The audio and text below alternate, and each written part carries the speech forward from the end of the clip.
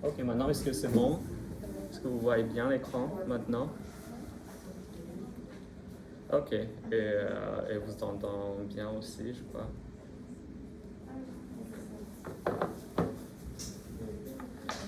Ok, si c'est bon, on peut commencer.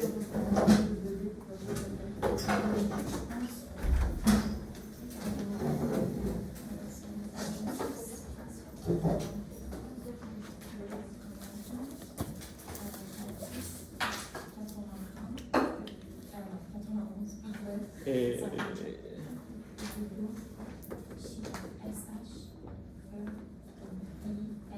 donc, je vous laisse regarder d'abord l'exercice 3.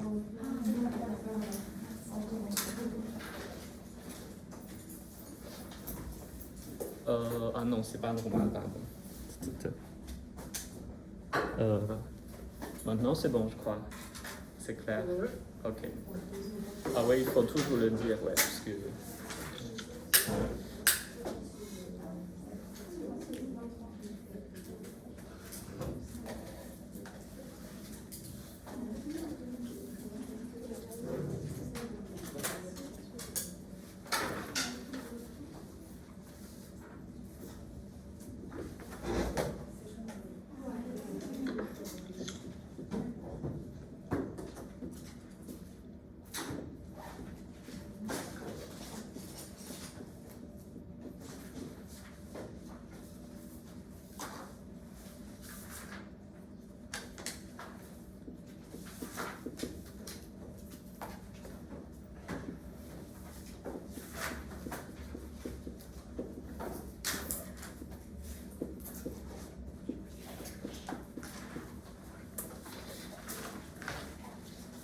Ok, bon, maintenant la question c'est pas vraiment difficile parce qu'on a déjà fait la première question, on a vu à quoi ça ressemble la transposée de A.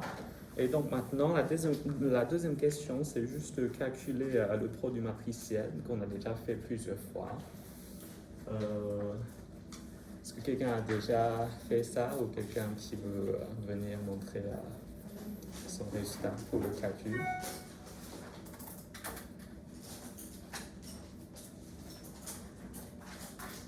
Donc, en fait, ça montre une façon dans laquelle on peut rendre deux matrices compatibles.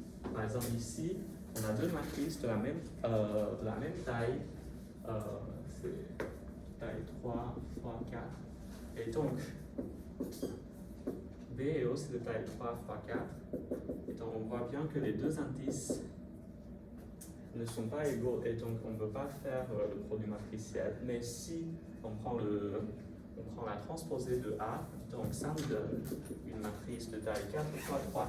Et donc maintenant, les deux indices sont compatibles. Donc on peut faire le produit matriciel. Et donc maintenant, la question c'est de calculer B A transposé.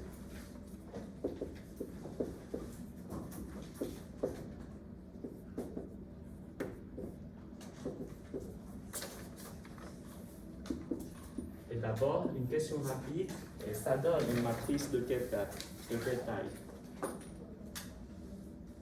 Pardon? 3 fois 3, oui, exactement. Oui.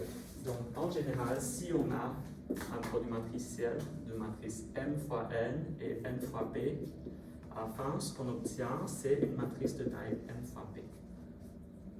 D'accord? Donc, c'est le nombre de lignes de la première matrice et le nombre de colonnes de la deuxième matrice.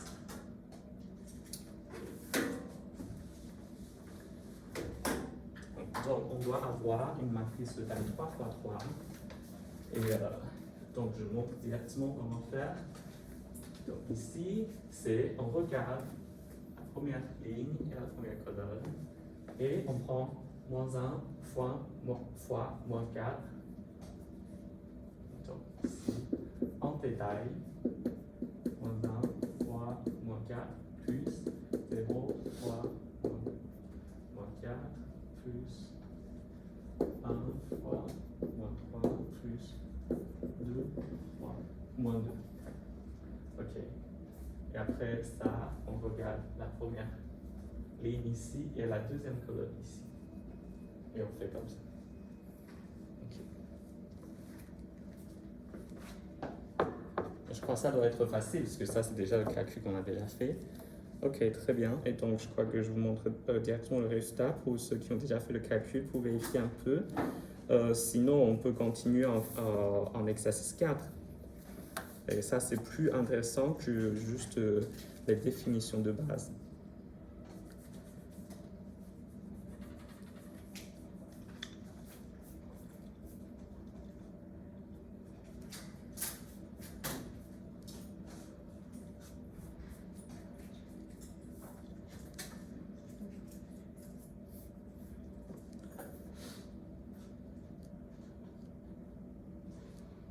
Oui, c'est ça. Là, on a fait le produit matriciel de B A transposé. Ok, donc ça, c'est égal à B, et ça, c'est A transposé. Et donc ça, c'est B A transposé.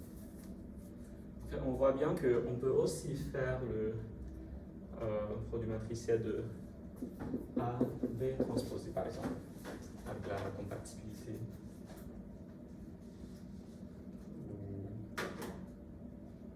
Ou même A transposé B, c'est aussi possible. Parce que A transposé, c'est une matrice de taille 4 x 3, et B, c'est de taille 3 x 4, et à la fin, on peut obtenir une matrice de taille 4 x 4. Okay.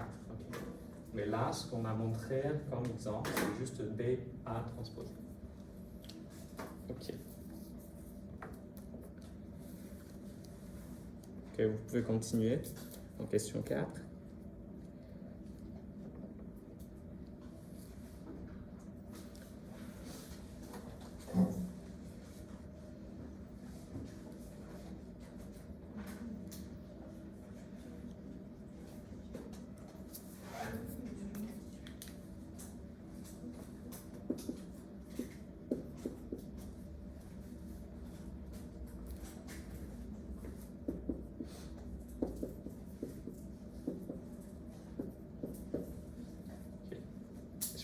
Je n'ai pas montré la suite parce que je pense que ça doit être facile, non? C'est juste des calculs. Okay. Si vous comprenez bien comment on doit le faire, je crois. Et après, c'est juste une question de calcul. Ok, c'est bon. Maintenant, l'exercice 4.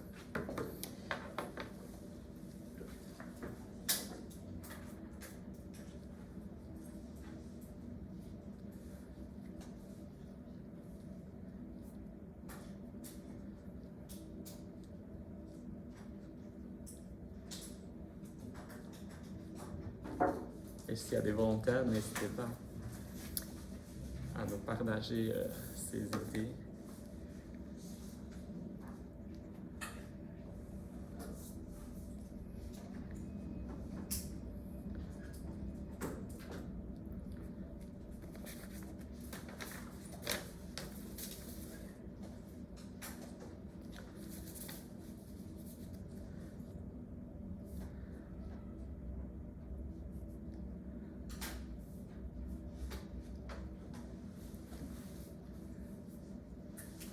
En fait, la moralité de l'exercice 4, c'est que on veut montrer pourquoi on a cette définition de produit matriciel. Parce qu'au début, ça semble un peu artificiel, parce que c'est juste, ouais, on a défini le produit matriciel comme ça, mais pourquoi? Parce qu'en mathématiques, on utilise des formules abstraites pour des intuitions. C'est-à-dire qu'il doit bien y avoir des intuitions qui cachent derrière. Et donc ça, c'est l'exercice 4. Donc, ce n'est pas les mathématiciens qui ont inventé cette notion de produit matriciel pour rien. En fait, ça représente des notions géométriques.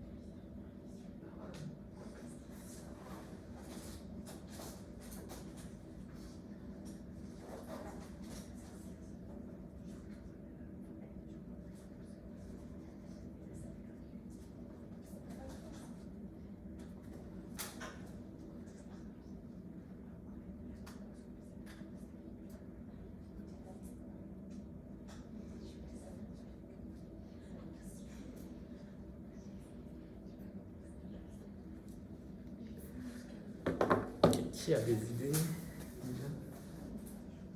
J'ai fait que le deuxième. Ok. Et après, par exemple, pour ça, parce que tu as déjà il y a répondu. Oui, je sais faire une analyse. D'accord, ok.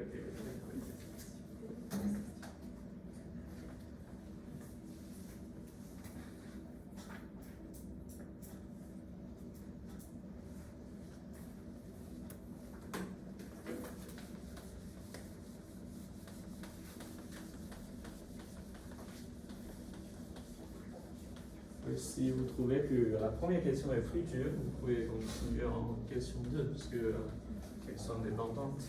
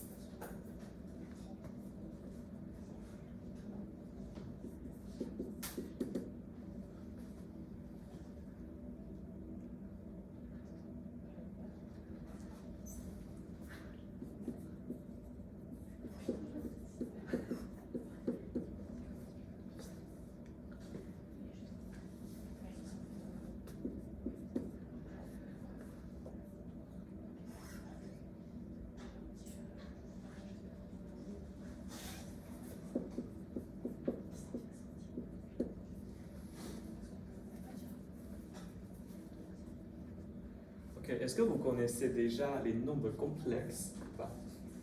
Par exemple, ok, donc A plus B fois I. Ok, est-ce que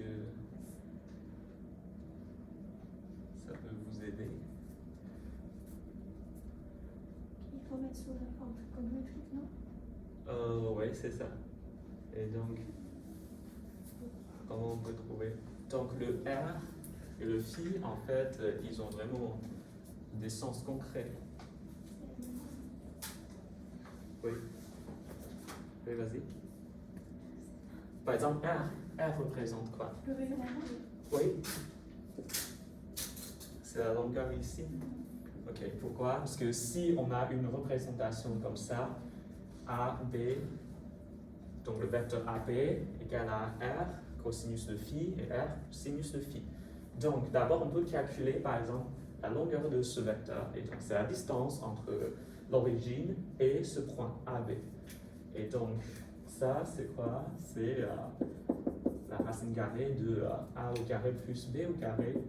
Et ça c'est égal à, si on suppose cette représentation, donc on a R au carré cosinus de phi au carré plus sinus de phi au carré. Mais ça c'est égal à 1. Et donc à la fin on obtient R en supposant que R est strictement plus grand que 0. Okay. Parce qu'ici dans la question, on a déjà supposé que ce vecteur B est un vecteur non nul. Et donc R ne peut pas être 0. Mais sinon, en général, on a toujours cette représentation avec R plus grand ou égal à 0. Okay. Et donc maintenant, donc, le sens de R est clair, c'est juste la longueur de ce vecteur. Et après, d'où vient ce phi? Okay. C'est-à-dire que R fois cosinus de phi doit être égal à A. Okay. Mais si on regarde ce triangle, donc A, c'est ça, donc c'est le coordonné sur l'axe X. B, c'est ici. Ok. Et ça, c'est R. Et donc maintenant, je crois que c'est déjà très clair, parce que phi, c'est juste cet angle-là. Ok. Parce que, donc, un rappel pour la trigonométrie de base. Donc, R sur A sur R est égal à cosinus de phi et B sur R est égal à sinus de phi. Okay. En fait, ça c'est aussi vrai quand, par exemple, quand A ou B sont négatifs. Okay. C'est-à-dire que maintenant, on peut supposer que phi n'est pas seulement de 0 à pi sur 2, mais c'est de 0 à 2 pi. Okay.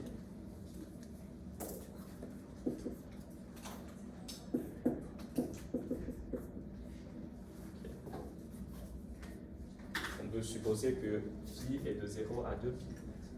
Et en fait, cosinus et sinus, ils ont des périodes. C'est-à-dire que si on ajoute, par exemple, 2pi, et ça me donne toujours la même valeur pour cette fonction. Et c'est pareil pour sinus.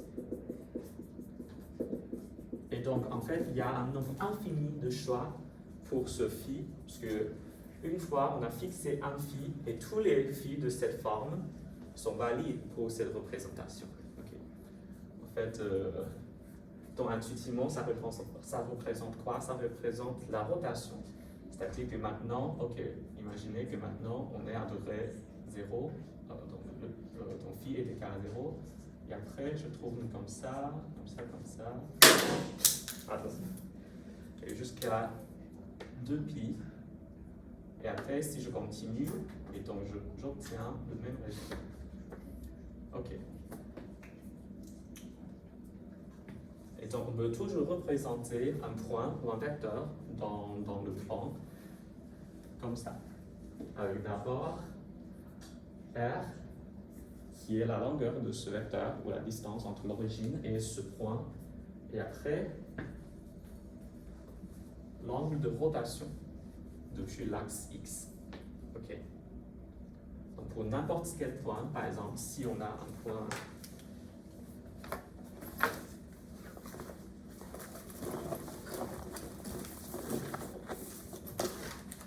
je cherche juste une autre couleur. Par exemple, si on a un point ici, donc bien sûr, R est facile à décider, mais phi, c'est quoi? Ok, on peut dire que c'est ça, mais avec un signe moins, ou on peut bien dire que c'est aussi ça. Ok, c'est la rotation depuis l'axe X jusqu'ici. Ok.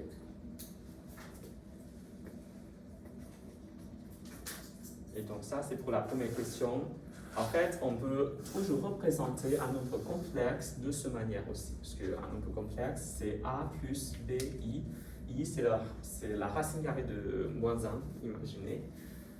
Donc, on peut dessiner par exemple un nombre complexe sur un plan comme ça, en supposant que sur l'axe Y, c'est tous les multiples de I. Okay. Et après, donc tout le nombre complexe a une représentation comme ça. Est-ce que vous avez déjà vu ça, je crois? Ok, donc en fait c'est exactement la même chose, c'est juste qu'on a utilisé une autre formule, une autre représentation pour dire que ouais, donc Z c'est un nombre complexe qui a pour longueur R et qui a pour angle de rotation θ. Ok, très bien. Donc ça c'est la première question. Et la deuxième question, je crois que c'est plus facile, parce que c'est juste des calculs. Et il faut juste utiliser des formules de numérimétrie. Qui va écrire pour nous? Toi, tu as écrit ça? C'est ça.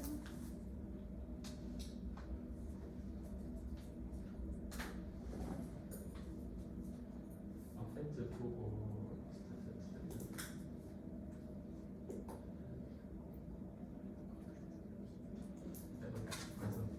ce coordonnée, c'est cosinus de θ fois R cosinus de phi.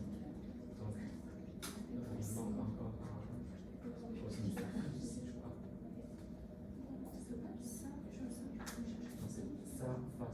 plus ça fois ça. Donc d'abord cosinus de θ fois r cosinus de phi plus moins sinus de θ fois r sinus de. Oui, parce que ça c'est une matrice de taille 2 fois 2, ça c'est de taille 2 fois 1, et donc c'est. Ah, c'est 2 ici. C'est pas de 2 aussi. Non, parce que V c'est un vecteur, et donc c'est une matrice de taille 2 fois 1. Ok, qui a fini la deuxième question?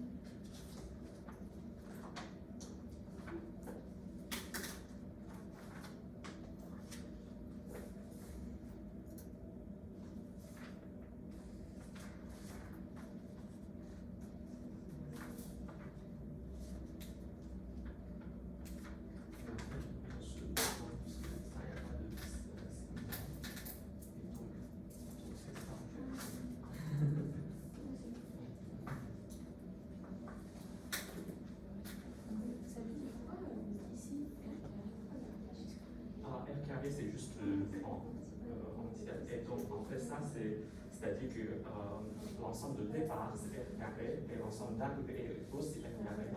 Et donc, ouais, c'est une application entre deux ensembles, et deux ensembles, l'ensemble d'arrivée et l'ensemble de départ sont numériques.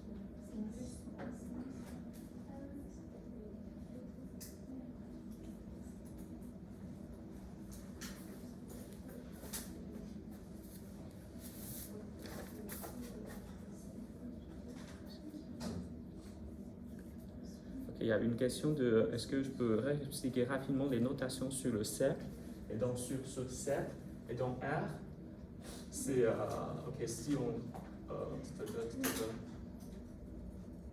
donc R c'est juste la longueur entre l'origine et ce vecteur B, et après il y a A et B qui sont les coordonnées, et donc on peut les voir comme des projections sur l'axe X et l'axe Y, et phi c'est l'angle de rotation depuis l'axe X. Et phi peut être négatif, par exemple si on a une rotation dans l'autre sens, parce que normalement c'est ce sens qu'on suppose par convention, et si on a une rotation dans l'autre sens, on ajoute moins. Mais bien sûr, on peut aussi supposer que c'est juste une rotation de ce sens, mais avec un angle plus grand, comme ça. Ok, est-ce que c'est clair? Si j'ai bien compris ta question. Et aussi, il y a aussi une autre question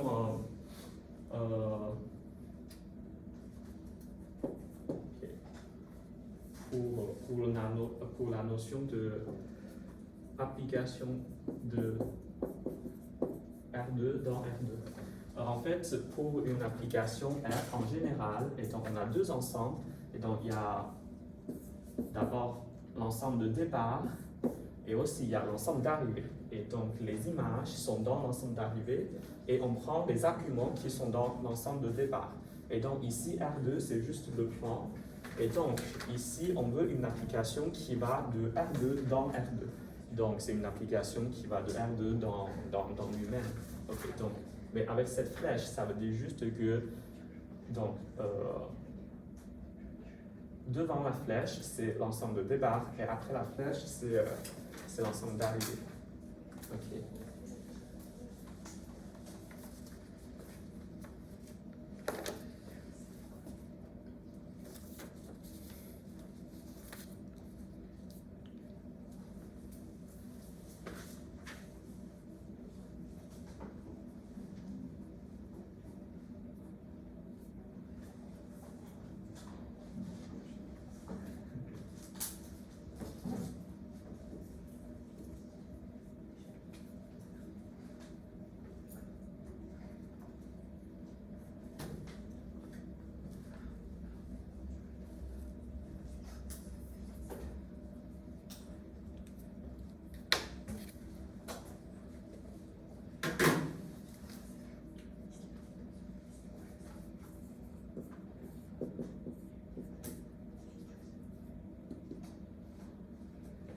fait, il nous faut un peu de connaissances sur la trigonométrie et donc des formules comme ça.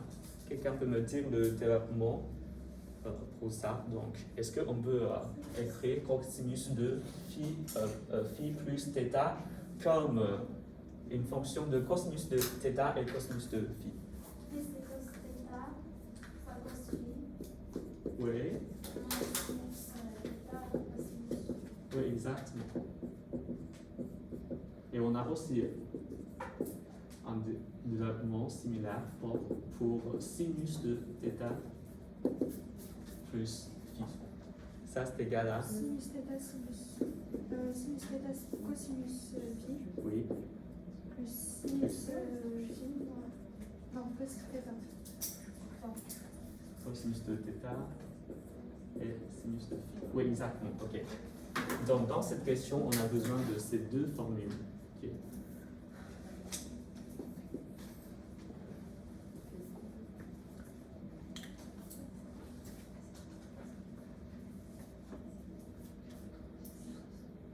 Et après, par exemple, si on a θ moins phi, c'est facile, parce qu'on remplace juste phi par moins phi, et il faut juste connaître cosinus de moins phi est égal à cosinus de phi, et sinus de moins phi est égal à moins sinus de phi. Okay. En fait, même pour cette deuxième égalité,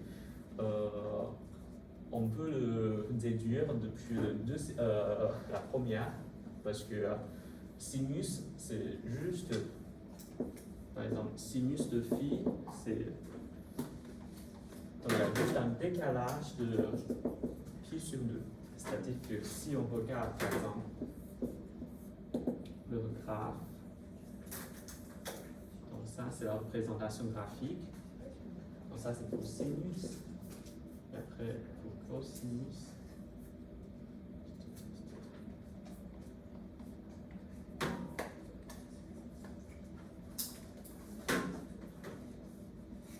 Donc c'est juste qu'il y a un décalage de pi. Okay. C'est-à-dire que si on bouge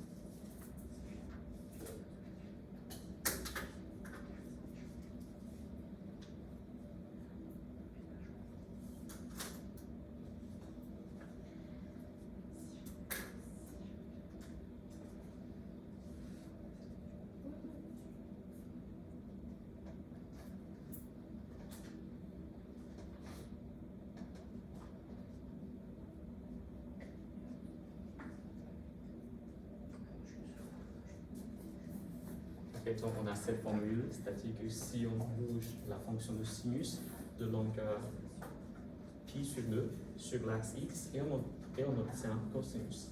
Et donc après, par exemple, ça c'est juste, et c'est pareil, donc cosinus de θ moins pi sur 2, c'est égal à sinus de θ. Et donc même pour la deuxième formule, et on peut utiliser ça pour en déduire depuis la première.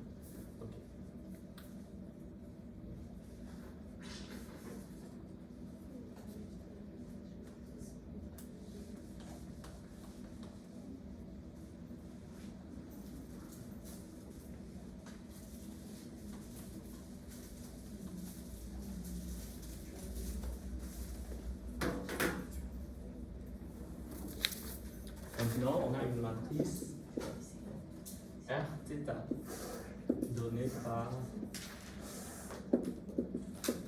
cosinus θ moins sinus θ, sinus θ, cosinus θ. Okay. Cette matrice veut dire que en fait, donc cette matrice est paramétrisée par θ. C'est-à-dire que si on prend une autre valeur de θ, on obtient une autre matrice. Okay. Et après, on veut calculer le produit matriciel de Rθ V. V, en fait, ici, ok, pardon, ok, il faut mieux écrire V comme ça. En fait, ça, c'est V transposé. Ok, V, c'est un vecteur, mais si on représente V comme ça, c'est aussi une matrice de taille 2 fois 1. C'est pour ça qu'on veut faire le produit matriciel. Parce que Rθ, c'est une matrice de taille 2 fois 2. Et après, on a une autre matrice de taille 2 fois 1. Et donc, à la fin, ce qu'on obtient, c'est une matrice de taille 2 fois 1. Okay.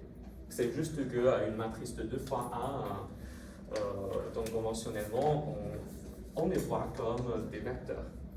Et aussi pour les nombres, par exemple, une matrice de taille 1 fois 1, donc c'est juste un nombre, quoi. Et donc c'est aussi pour ça que, par exemple, la dernière fois, on a dit que l'identité, donc la matrice identité, c'est juste une généralisation pour le nombre 1. Par exemple, donc, le rôle de 1 pour le produit entre les nombres réels sont comme, c'est juste comme le rôle de la matrice identité pour le produit matriciel. Pourquoi ça, c'est une généralisation? Parce que 1, vu comme un nombre, c'est aussi une matrice de taille 1 fois 1. Okay. Donc, si on fait le produit matriciel en considérant juste les matrices de taille 1 fois 1, donc c'est juste la multiplication normale. Et donc, dans ce sens-là, le produit matriciel généralise le produit habituel sur les nombres réels. Ok. Donc, ça peut nous aider. Pourquoi? Par exemple, si on cherche un résultat ou une proposition et il y a des subtilités et on ne sait pas, par exemple, comment mettre ou comment deviner le bon résultat au début, on peut juste tester des cas particuliers. Par exemple, le cas avec des matrices de taille 1 fois 1, c'est un cas particulier, mais ça, on le connaît déjà très bien, parce que ça, c'est juste un nombre. Okay. En mathématiques, parfois, il faut faire beaucoup de tests avant de commencer, c'est-à-dire que si on veut prouver ou démontrer un résultat général, une proposition ou même un théorème, parfois, on doit d'abord deviner à quoi ça ressemble ce résultat. Et donc, on fait comme des expériences, et donc on teste avec des petits nombres, avec des petites matrices, et donc dans ce cas-là, par exemple, une matrice tout simple, ça pourrait être juste des nombres, parce qu'un nombre, c'est une matrice de taille 1 fois 1. Ok. Et donc maintenant, on a vu qu'on a le droit de faire le produit matriciel, puisque leurs tailles sont compatibles.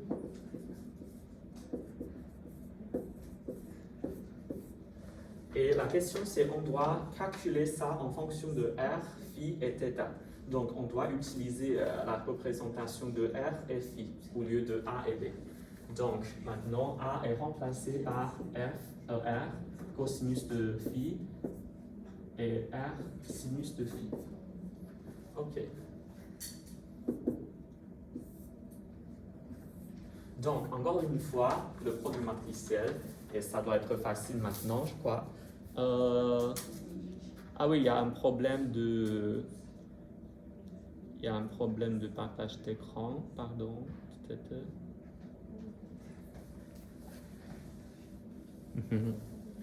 Ok, oh, ça revient maintenant. Ok, c'est bon. Ok, donc, ce terme, donc ça c'est une matrice de taille 2 fois 1, donc il y a juste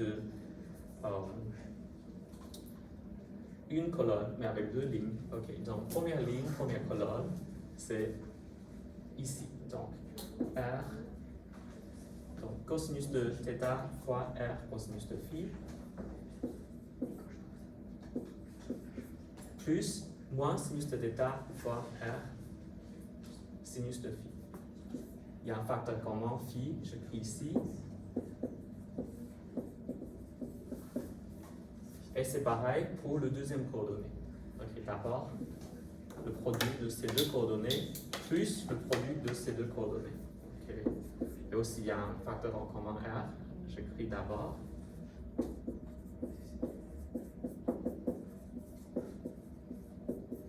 après, on peut utiliser les formules. Mais en fait, ça, c'est bon déjà, parce que ça répond parfaitement à la question, parce que ça, c'est une fonction de r, phi et θ. Mais en fait, on peut simplifier un peu l'écriture et aussi, après ça, on voit que ça prend plus de sens géométrique. Donc, c'est r fois cosinus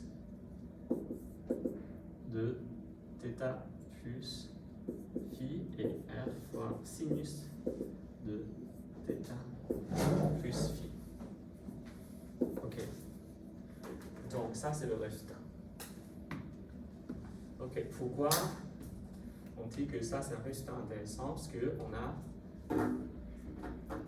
une interprétation géométrique. Comment représenter ce vecteur dans le plan? Donc, on a déjà dit que R, c'est juste la distance de 0 de l'origine et ce vecteur V. Et après, l'angle, c'est θ plus phi. Donc maintenant, le vecteur V, c'est à l'angle phi. Et après, c'est θ plus phi. C'est-à-dire qu'on a un autre vecteur juste en ajoutant la valeur de cet angle. Okay. Donc, on obtient un autre vecteur ici.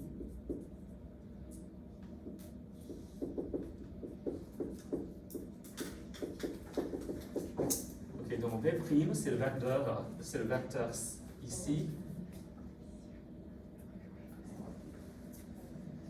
qui a la même longueur comme V, mais avec un angle plus de θ. Et donc ça représente quoi géométriquement? Comment on obtient ce vecteur en partant de V?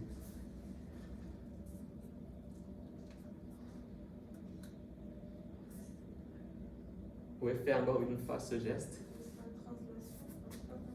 En fait, on dit que ça, c'est la rotation, en fait. Ouais, parce que la translation, c'est que, ouais, on fait comme ça. Ça, c'est la translation. Et donc, tous les droites restent parallèles. Et donc, ça, c'est la translation. Mais ici, les deux vecteurs ne sont pas parallèles. Mais on voit bien que c'est l'opération de rotation. Okay?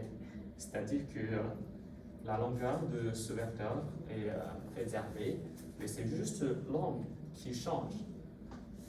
Et la différence entre ces deux angles, c'est égal à θ, et donc c'est une rotation de θ. Parce que d'abord V, c'est ça, après V', c'est ça. Donc la différence, c'est juste représentée par une rotation ici.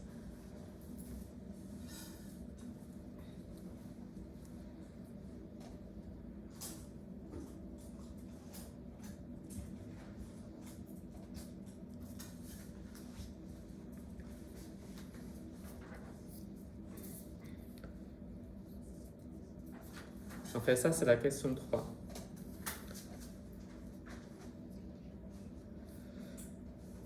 Donc, l'application donnée par V, on associe à V le vecteur R, θ, V. Ça, c'est la rotation de centre 0 et d'angle θ.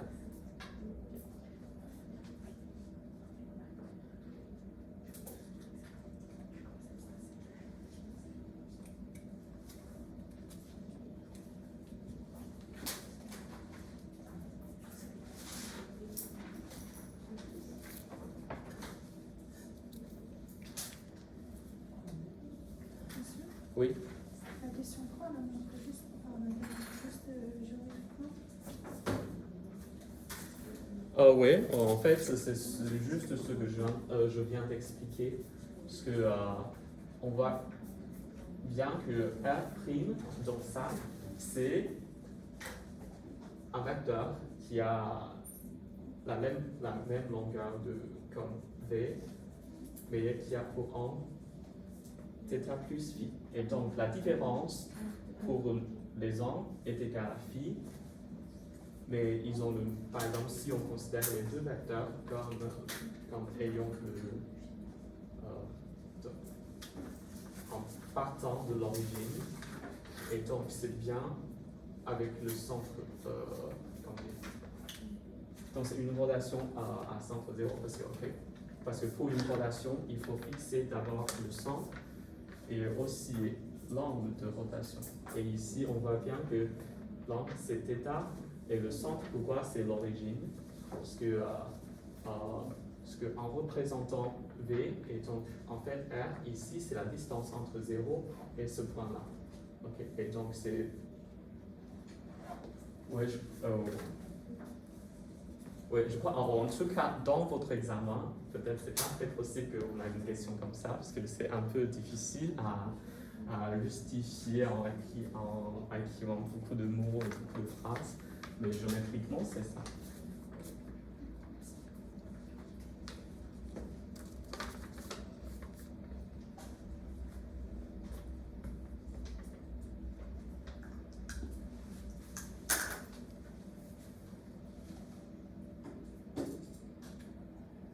Ok, il y a une question de produit matriciel, et donc comment on a fait le produit matriciel, et donc c'est comme toujours, ça c'est une matrice de taille 2 x 2, et ça c'est une matrice de taille 2 x 1, et après on obtient une matrice de taille 2 x 1.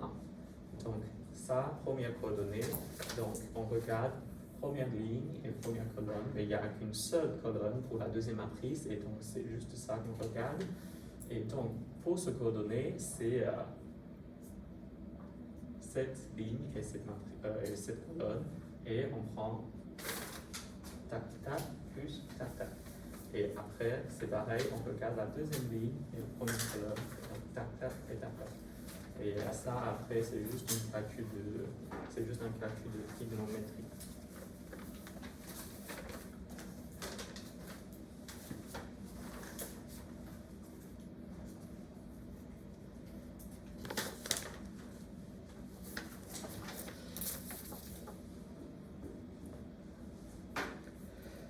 Ok.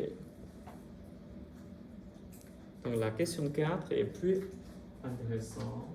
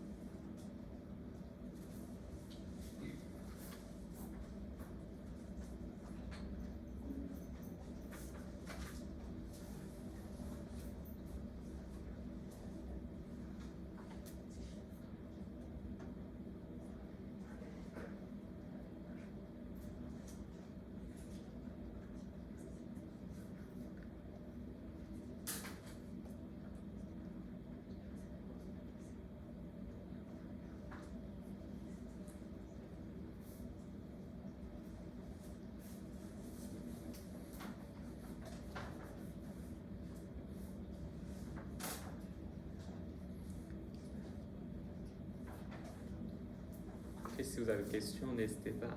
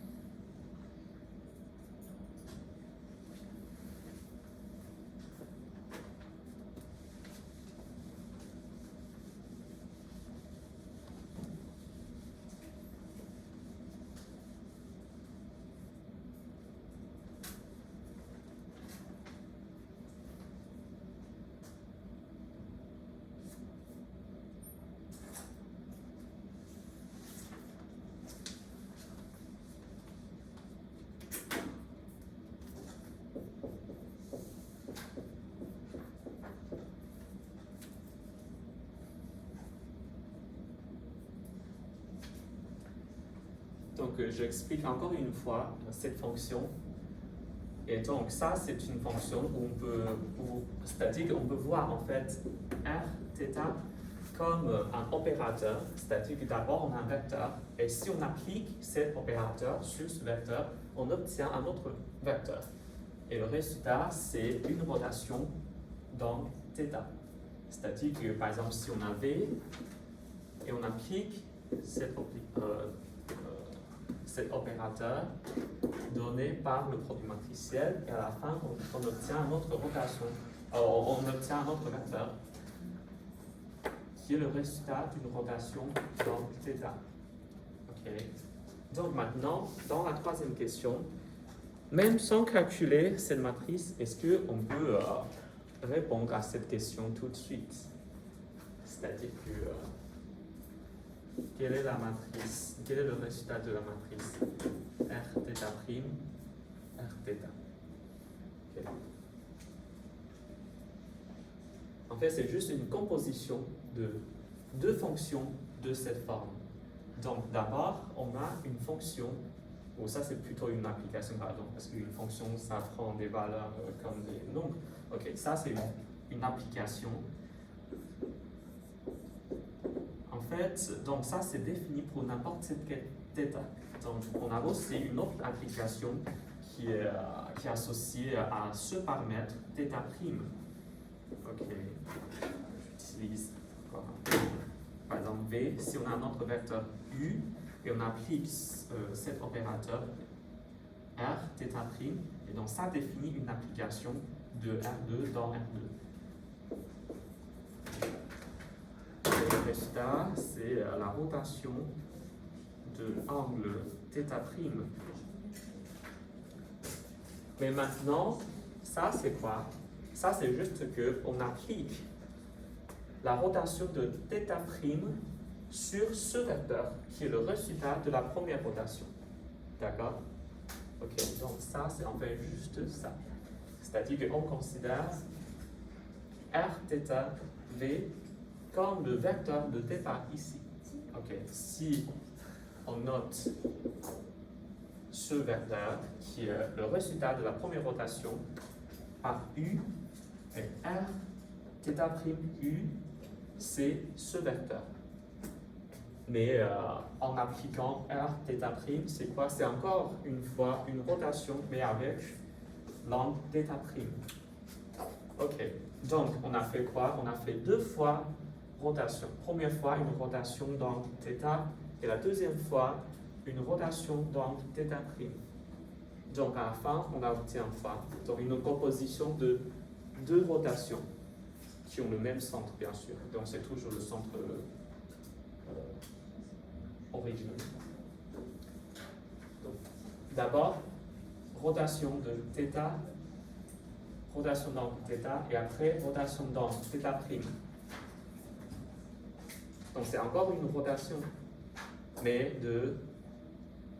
Donc, θ plus θ'. Exactement.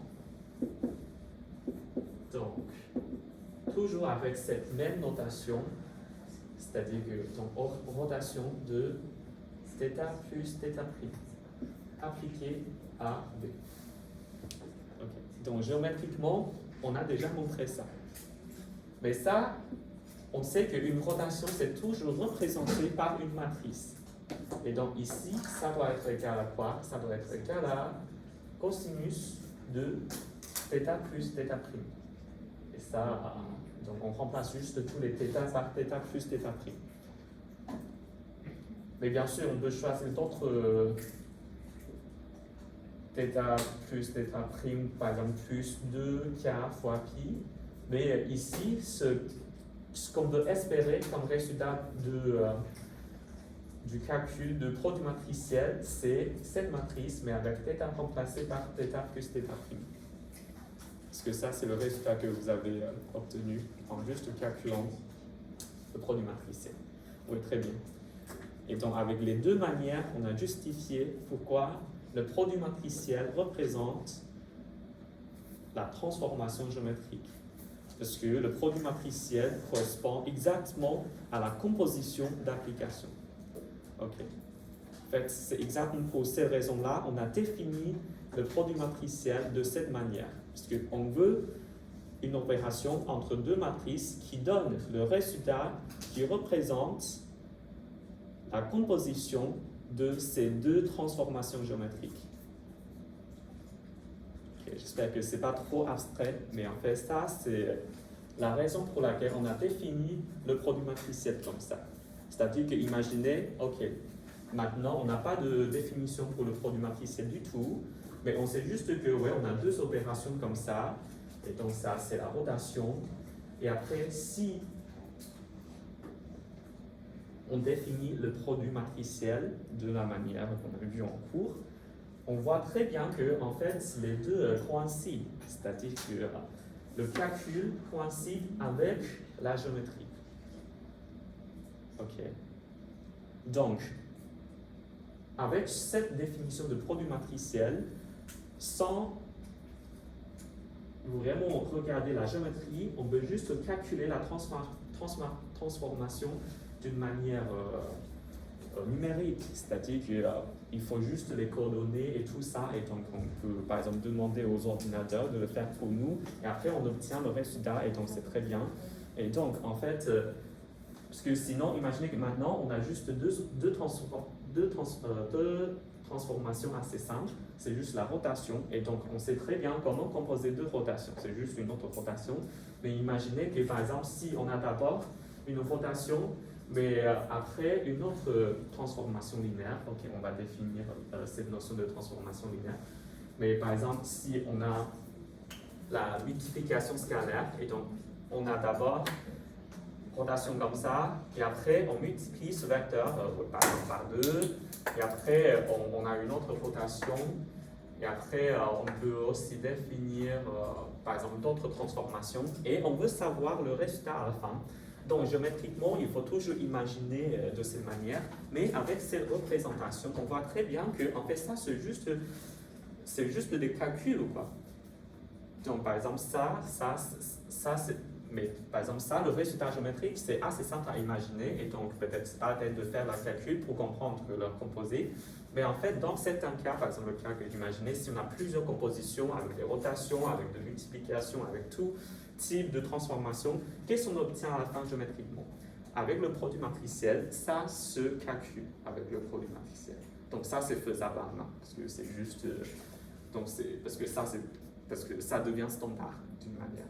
Okay. Parce que sinon, géométriquement, on a tout type de choses à imaginer trop variées, mais ça, avec le produit matriciel, et donc ça devient standard. Donc la composition de deux applications correspond exactement au produit matriciel, et donc on peut faire ça facilement. Oui. Je n'ai pas compris pourquoi en fait on a rajouté un V. Enfin, parce qu'au début on nous demande de calculer Rθ', Rθ. Oui, c'est ça, parce que ça, c'est un opérateur, on veut dire, ou une application, une transformation. Et donc, ça, c'est appliqué à un vecteur. Ok, si on veut savoir l'opération de cette application, et donc on doit d'abord choisir un vecteur sur lequel on applique cette transformation pour voir le résultat. Par exemple, si on regarde juste Rθ et on ne sait rien à quoi ça ressemble comme transformation, parce que en tant que transformation, c'est une opération, mais ce n'est pas un vecteur. Donc, c'est vraiment une action qu'on fait. C'est-à-dire que ça représente une action. Pour voir le résultat de cette action, on doit d'abord fixer un objet ou un argument sur lequel cette action a lieu. Okay. Donc, d'abord, on choisit un V et on applique cette application et ça nous donne un autre vecteur. Et cette action, c'est juste la rotation. Okay. Et donc après, on a fait les deux et donc on a comparé les résultats. Et donc ça, on voit que c'est vraiment cette action qui est la composée de ces deux. Okay. Parce qu'à la fin, on obtient, c'est toujours, ok, il faut toujours fixer un V où en fait on peut prendre n'importe quel V. Et cette opération correspond à quoi? C'est la rotation d'angle θ plus θ'. Okay. Et mais bien sûr, on peut faire le calcul de produit matriciel pour le justifier. Donc, j'ai pris ici.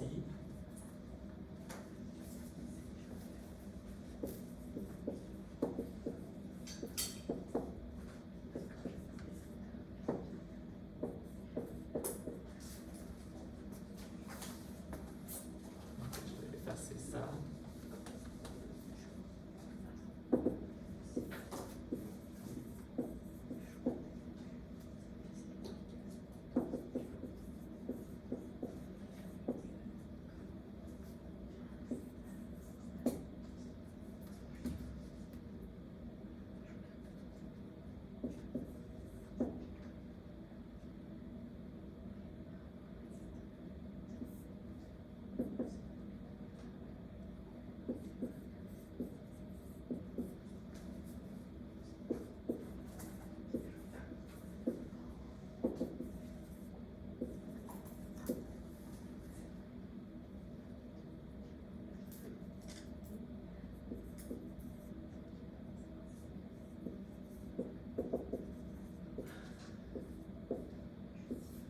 Ok, ça c'est le calcul du produit matriciel. Et donc on applique encore une fois ces formules-là. Et donc on voit très bien que ça c'est égal à... J'utilise une autre couleur. C'est juste, cosinus de phi plus phi θ. Et ça c'est moins sinus de phi plus phi θ. Et ça...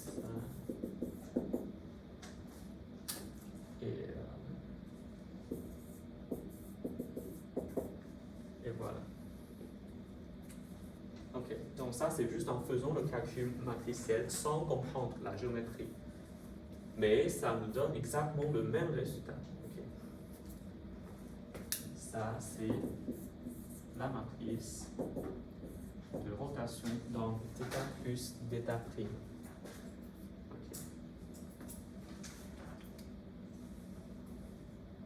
Oui, question? Pourquoi dans la matrice en haut à gauche, c'est un plus et pas un moins entre les deux, c'est ici? C'est un plus. Non, c'est moins, là. Ça fait quoi? Non, c'est pas cos θ cos θ', moins sin θ sin θ. En dessous. Non, en dessous. Sur le résultat. Sur le résultat. Oui, première ligne. Et En fait, c'est cos θ prime moins sin θ prime. ah oui, c'est là, pardon. Oui, c'est ça. Oui, ça c'est moins, pardon. Oui, c'est ça. Oui, je fais une erreur. Oui, merci. Oui, c'est ça. Oui. Parce que sinon, on ne peut même pas appliquer cette formule. Ah oui, c'est ça. Oui, ça c'est moins. Ok. Que maintenant, c'est bon, je crois.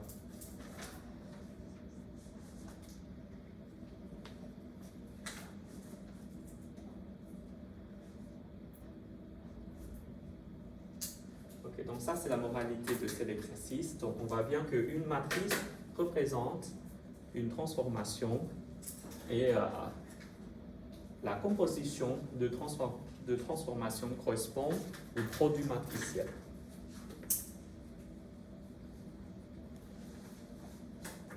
Donc c'est assez intuitif. Imaginez que maintenant on a des opérations géométriques à faire, mais on ne sait pas encore comment calculer à la main. On veut utiliser les ordinateurs, par exemple, et donc il faut d'abord prendre toutes ces opérations lisibles par les ordinateurs, et donc on a utilisé les matrices, et donc comment représente les opérations géométriques. Donc il faut aussi utiliser par exemple les opérations entre les matrices, et donc c'est pour ça qu'on a défini le produit matriciel pour que ça corresponde vraiment à la composition de transformation.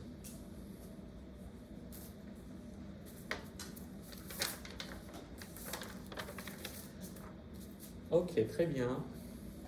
N'hésitez pas si vous avez encore des questions. Si vous avez déjà fini, vous pouvez continuer en exercice 5, qui est un autre exemple sur l'interprétation géométrique. Et aussi, c'est une application très importante de cette notion de matrice et la notion du produit matriciel.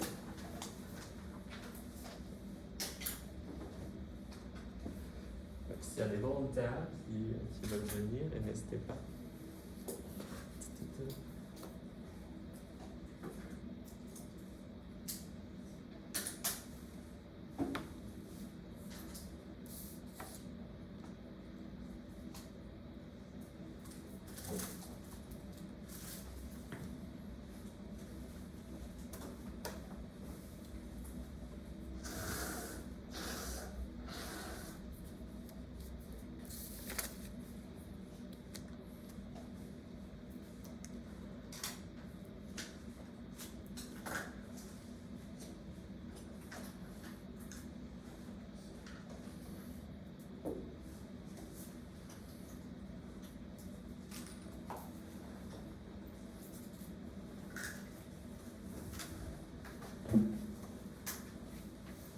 Oui.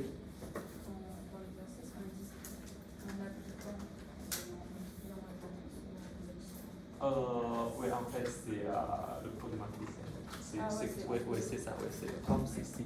Ok, donc dans cette donc je vais expliquer un petit peu le langage qu'ils ont utilisé dans cet exercice, puisque c'est déjà sous-entendu cette correspondance entre la géométrie et le produit matriciel. Donc, il a dit qu'en appliquant respectivement les matrices A, B et C, et ça dit quoi? On applique une matrice sur un vecteur, c'est juste, on prend le produit matriciel. Ok, parce que le produit matriciel correspond vraiment à la transformation géométrique, et donc ici, ils ont déjà supposé l'équivalence entre ces deux langages. Donc, on applique une matrice sur un vecteur, c'est-à-dire qu'on fait le produit matriciel de cette matrice avec ce vecteur. Et on obtient un autre vecteur qui est le résultat de cette transformation.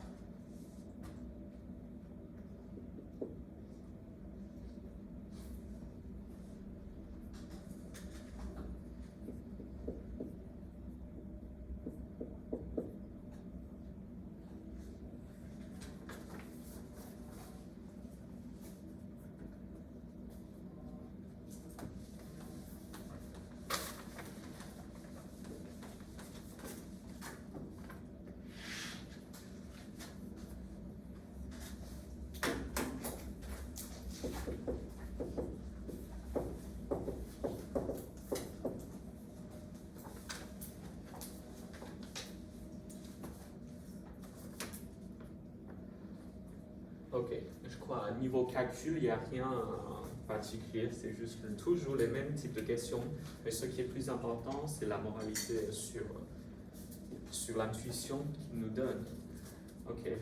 Donc, on regarde comment appliquer une matrice sur, par exemple, ici on a un triangle, et donc un triangle, c'est donné par les trois sommets. Ok. Donc, les trois sommets sont 1, 1, 3, 1 et 2, 2. Et donc, dans la question précédente, on a considéré vraiment les vecteurs comme des vecteurs. Mais ici, on doit considérer les vecteurs, par exemple 1, 1, juste comme un point. Et aussi, 3, 1, c'est un point. Ici, 2, 2, c'est un point, même s'ils sont aussi des vecteurs. Et après, comment on peut appliquer cette matrice sur ce triangle? Donc, c'est juste en appliquant cette matrice sur les trois sommets respectivement.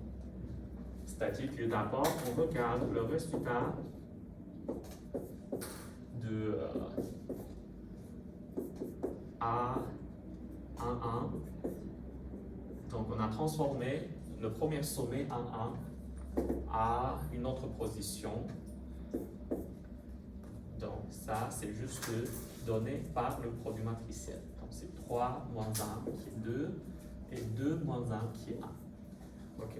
Donc, pour le premier sommet, le résultat, c'est comme ça. En appliquant cette matrice A, on obtient un autre vecteur qui représente un point qui est le résultat de la transformation de ce sommet. OK. Donc, maintenant, on peut... Monsieur, Oui. est-ce qu'on est obligé de calculer sommet par sommet ou on peut faire la matrice? Oui, c'est une très bonne question. En fait, on voit bien que ici, par exemple, si on fait le calcul sommet par sommet, donc c'est-à-dire qu'après, on doit faire 2, 2, et après, on doit faire 3, 1. Mais en fait, si on oublie ces parenthèses-là, ça devient juste une matrice. OK?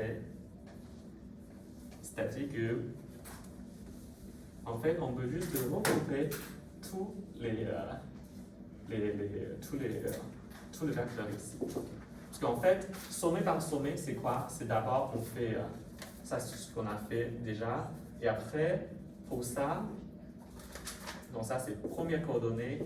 Ok, je vais écrire ça. Okay.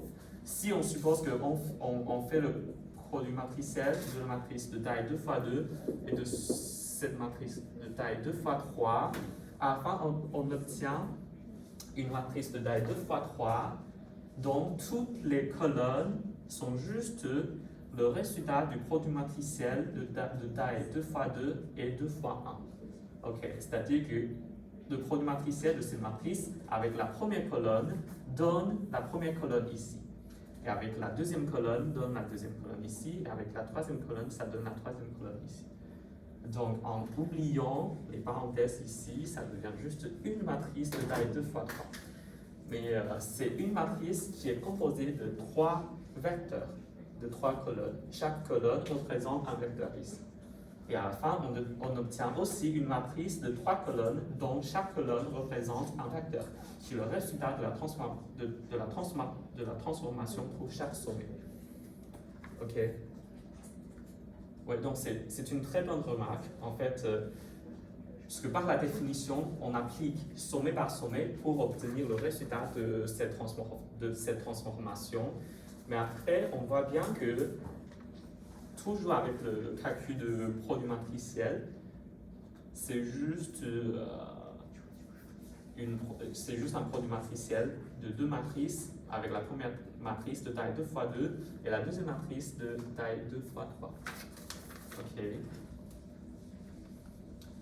Donc, on fait le calcul.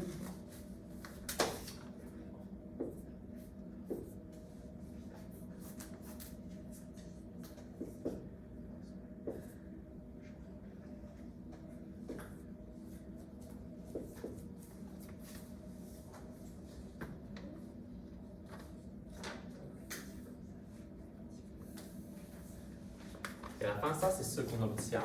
Donc, la première colonne, c'est le résultat de la transformation de ce sommet-là.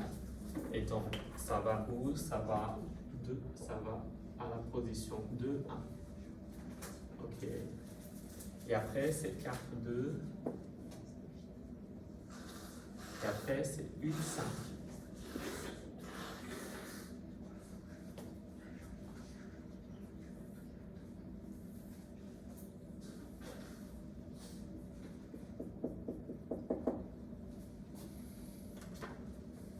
Donc ça, c'est l'image. Donc ça, c'est le résultat de cette transformation. Donc on voit bien qu'on peut bien avoir tout type de transformation, pas seulement des rotations. Okay. En fait, on appelle ça les transformations linéaires. Et donc, en gros, les transformations qui peuvent être représentées par le produit matriciel sont des transformations linéaires. Oui, plus concrètement, ça dit qu'une droite reste toujours une droite. Ok. C'est-à-dire qu'une droite ne peut pas être transformée en une courbe, par exemple. On ne peut pas avoir un cercle qui parle d'une droite. Si une droite est toujours une droite, ça c'est une transformation affine. Et si on fixe le centre, et ça c'est une transformation linéaire. Mais en gros, pour l'instant, on me dit que c'est juste toutes les transformations représentées par le produit matriciel. Et ça, c'est un exemple concret pour montrer comment on peut appliquer une matrice sur un triangle en appliquant cette matrice sur chaque sommet. Et à la fin, on obtient le résultat de ces 3 sommets et on peut dessiner un triangle qui est le résultat de ce triangle après la transformation. Oui. Mais au final, du coup, ça marche de la multiplier par une matrice. Parce qu'on retrouve les mêmes résultats que si on faisait sommet par sommet. Oui, c'est ça, exactement. Parce que, en fait, c'est juste que, imaginez que, par exemple, si on a des parenthèses ici, donc, ce qu'on fait, c'est sommet par sommet. Mais en oubliant les parenthèses, c'est juste cette matrice entière ou pas.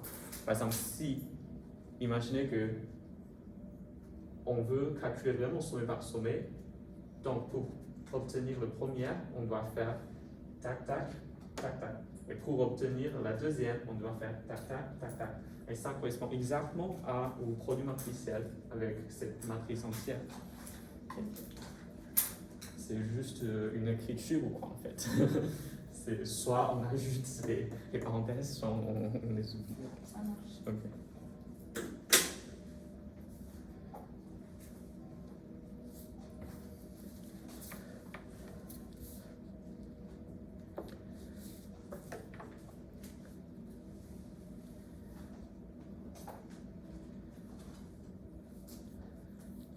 Okay, par exemple, il y a les symétries qui peuvent aussi être représentées par une matrice. Et il y a aussi...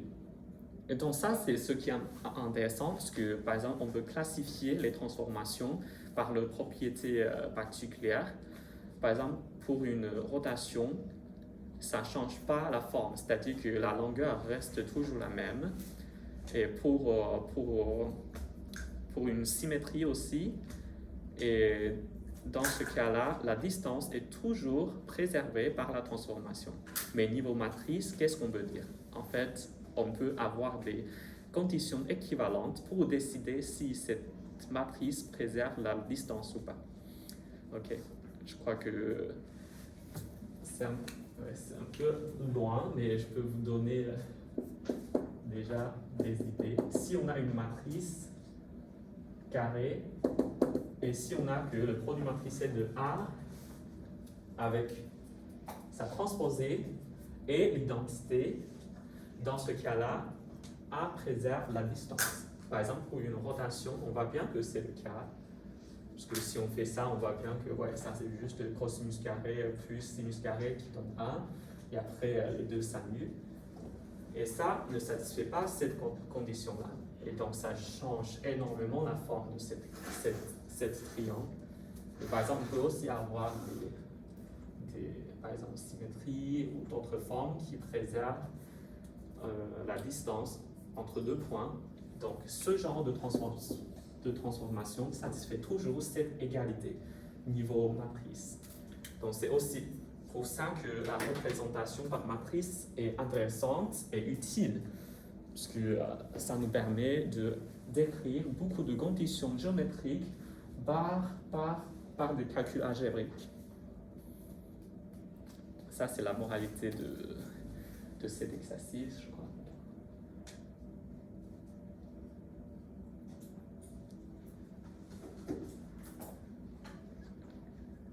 Okay, Lisa a une question. Tu n'as pas compris le rapport avec les questions de l'exercice 5. Ok, donc les questions de l'exercice 5. Quelles sont les figures géométriques obtenues en appliquant respectivement les matrices A, B et C et 2 au sommet du triangle? Et donc on a fait juste pour la matrice A. Donc on a appliqué A au sommet de ce triangle et ce qu'on a obtenu à la fin, c'est ces trois sommets. Et quelles sont les images de l'intérieur du triangle? Et donc, c'est juste cette partie que j'ai dessinée, puisque d'abord, on dessine les trois sommets et on dessine un triangle. Et donc, ça représente un triangle et ça, c'est l'intérieur du triangle. Donc, en gros, les questions dans cet exercice, c'est juste qu'un triangle est représenté par trois sommets. Et pour chaque sommet, on peut appliquer une matrice. Et après, on obtient trois autres sommets qui déterminent un autre triangle, qui est le résultat de la transformation du triangle par cette matrice. Le trait rouge, tu veux dire ici, les traits rouges, ça c'est juste les images pour les vecteurs après la transformation. Par exemple, 2, 1, c'est ici. Et 4, 2, c'est ici, et 8, 5. Ok. C'est une triangle, c'est juste que c'est une triangle très très étroite. Ok. Ok, donc si on veut, c'est plutôt comme ça.